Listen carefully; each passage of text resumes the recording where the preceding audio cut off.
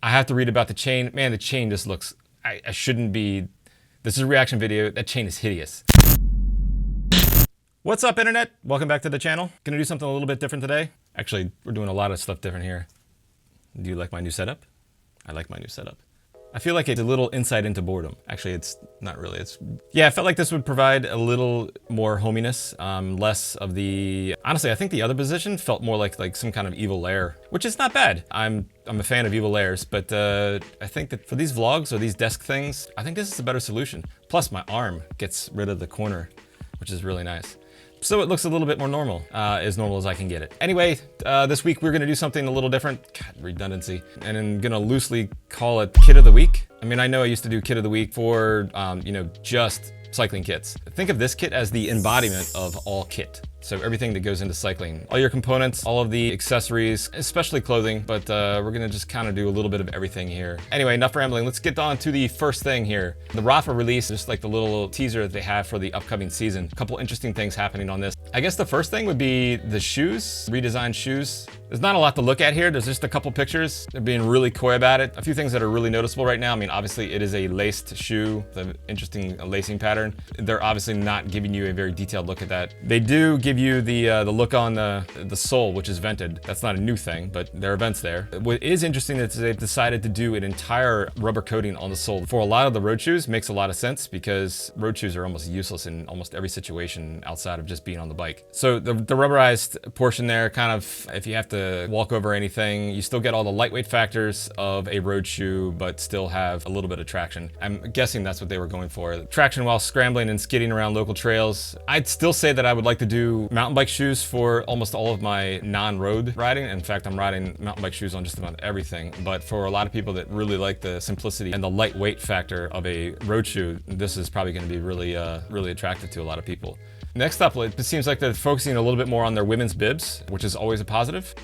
And it looks as though that there's a magnetic clasp on the back, sort of like what you'd have on some of the helmets where you kind of press it together and it kind of slides apart. That's an interesting take on it. Whether or not that works, obviously we'll have to get some feedback from that. But man, women's bibs, in terms of having to use the bathroom, is such a problematic thing. Everybody has a different way of doing it. And I think it kind of depends on, how you want to deal with that situation. Everybody has, there's like pluses and minuses of everything here. So it'd be interesting to see how those work. They definitely said they wanted to work on more of the comfort of them, a very specific pad that's going into it. So that's always a good sign with more people focusing on women's product. That is a positive.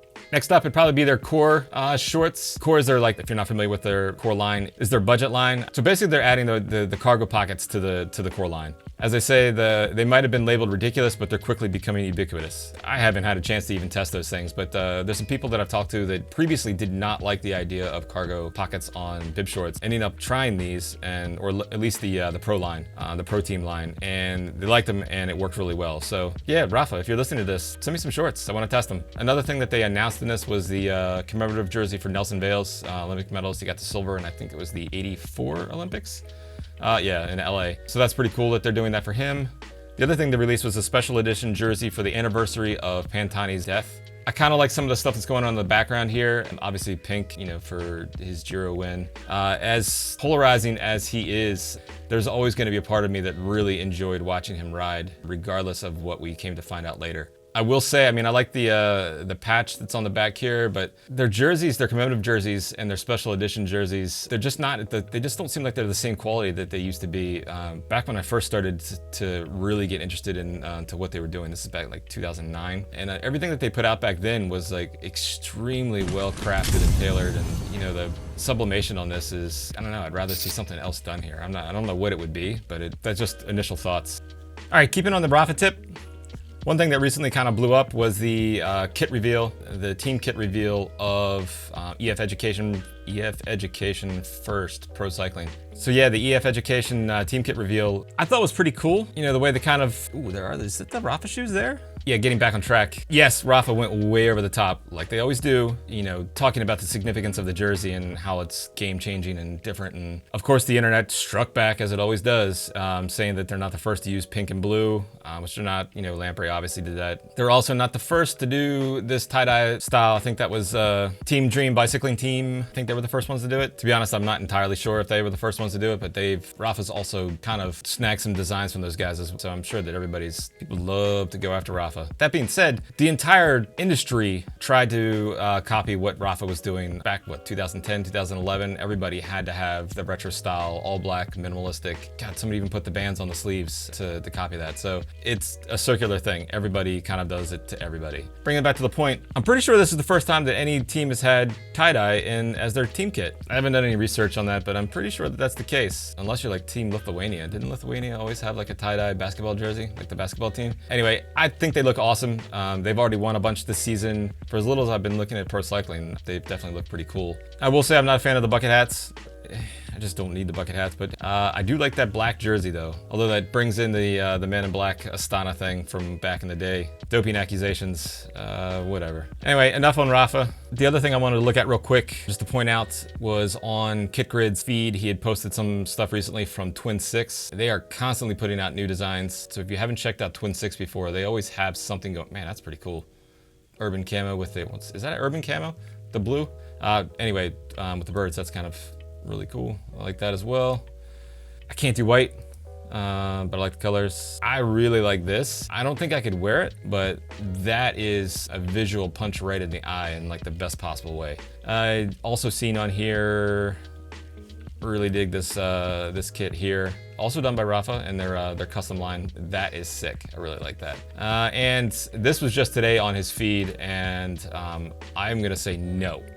I don't like any of these. This is going along the lines of the commemorative jerseys just looking like trash.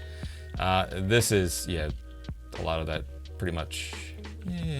Obviously, if you're not following KitGrid, you probably are. The people that are watching this, the small amount of people that are watching this are definitely following John over there on KitGrid. If you aren't, follow him. Last but not least, let's do this. Let's go to cycling tips.